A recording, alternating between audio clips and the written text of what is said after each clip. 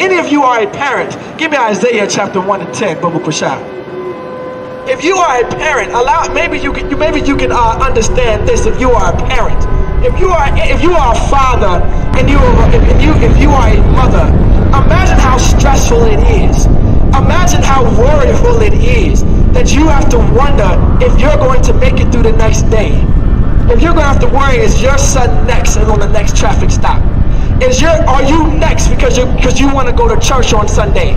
Are you next being gunned down because you just want to get some groceries for the house? Right. You understand? Imagine that. That must be a terrible life to live. I know you oppressors don't understand it. I know you scholars and Dylans don't understand. And your Guthers don't understand. But let me explain something. Black people, we understand. The Mexicans understand. You understand? The Puerto Ricans and the Dominicans understand. The Choctaw and the Chickasaw understand. We understand that's a terrible life to live. And we no longer want to live it. And the only way to do it is to get in this truth and come under the authority of Commanding General Hana in the Israelite School of Universal Practical Knowledge. That's the only way to do it. And learn how to keep these laws, statutes, and commandments, man. ISUPK.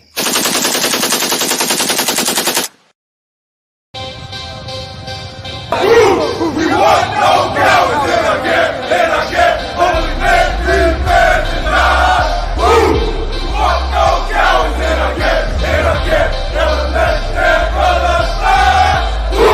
We want no cowards in our camp, only men, free men tonight.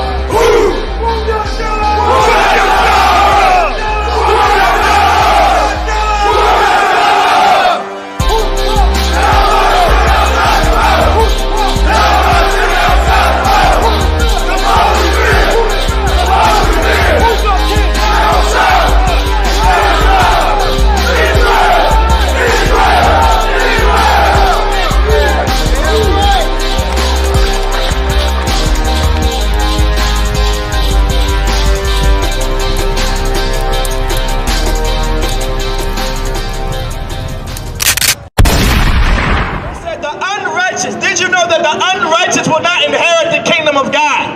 Because you have to understand that you're going to have to be absolutely righteous. Our kingdom of heaven, we're going to live righteously. We're going to establish a government of righteousness, not unrighteousness like America, not injustice like America. We're going to establish righteousness. Go ahead. And the Lord is going to explain what it means to be righteous right here. Be not deceived, neither fornicators. They said what? Neither fornicators. Fornicator is unlawful sex.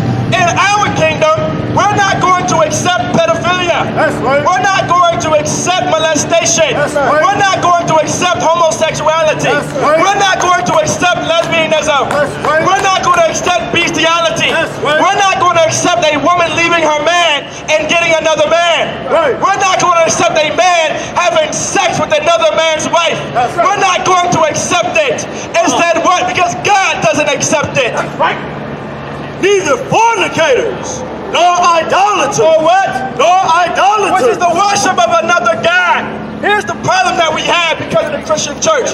We end up worshiping other gods without even realizing it. Right. When you go to church every Sunday, you end up worshiping another God. You end up worshiping Caesar Borgia. Right. This is the God of the Christian church. Right. This is the God of black people, no thanks to our oppressor in Christianity. Caesar Borgia, the second son of Pope Alexander VI of Rome, Leonardo da Vinci's homosexual lover who killed his father and who had sex with his sister. That's the God that we serve in the Christian church. Right. And the Lord said what? Nor idolaters. Because God forbids idolatry. God's not going to accept that in the kingdom of heaven. Because this is going to be a righteous kingdom. Right. Go ahead. Nor adulterers. Nor what? Nor adulterers. What is adultery? He said what? Nor adulterers. We don't even know what adultery is. Because of the Christian church, we think we can willy-nilly go anywhere, have sex with anybody, and go up and leave each other because we're unhappy and we're not feeling good. The Lord said what?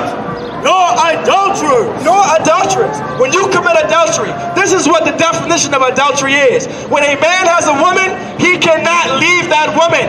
And if he decides to get another woman, he has to keep them both, you understand? And that's a righteous marriage.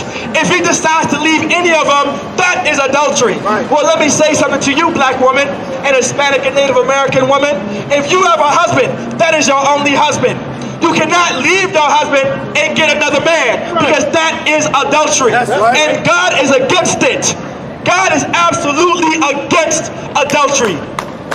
People, if you understand right here, black, Hispanic, Native American, Cuban, Puerto Rican, Mexican, El Salvadorian, Costa Rican, Dominican, Puerto Rican, you're Creek, you're Seminole, you guys get the point. If you're a so-called Negro in America, you are God's chosen people. And guess what? We are in absolute danger. You understand? We are living a dangerous lifestyle. We are in danger. And we are teaching our people how to not be effeminate, how not to be idolaters, how not to be adulterers, because this is a dangerous lifestyle to live. And we are going to continue to be in danger if we don't follow the Lord. If we don't establish the kingdom of heaven in our own government, in our own society to live in, or we're going to continue to go through the pain and suffering that we live now. Nobody tell you cry. You know why? Because I never saw you before.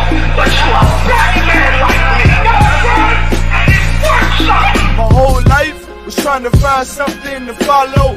Had loyalty, every man tried to borrow.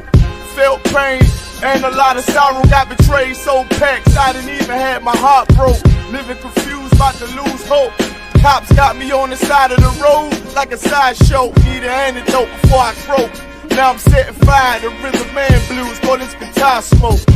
Rebel with no cause, trying to find direction. The world got me vexed. Picked up a bad liquor habit that's hereditary from oppression. Felt like my life was on fire, trying to find an exit. Now look, 10 G's plus a good wreck. Sometimes a follower is a soldier, trying to find a good shepherd. Plus when you in hell, how do you excel? Wisdom the breath of life, I don't believe in fairy tale. Listen well to what I tell. No calling can cause pain. Something that a rebel knows very well.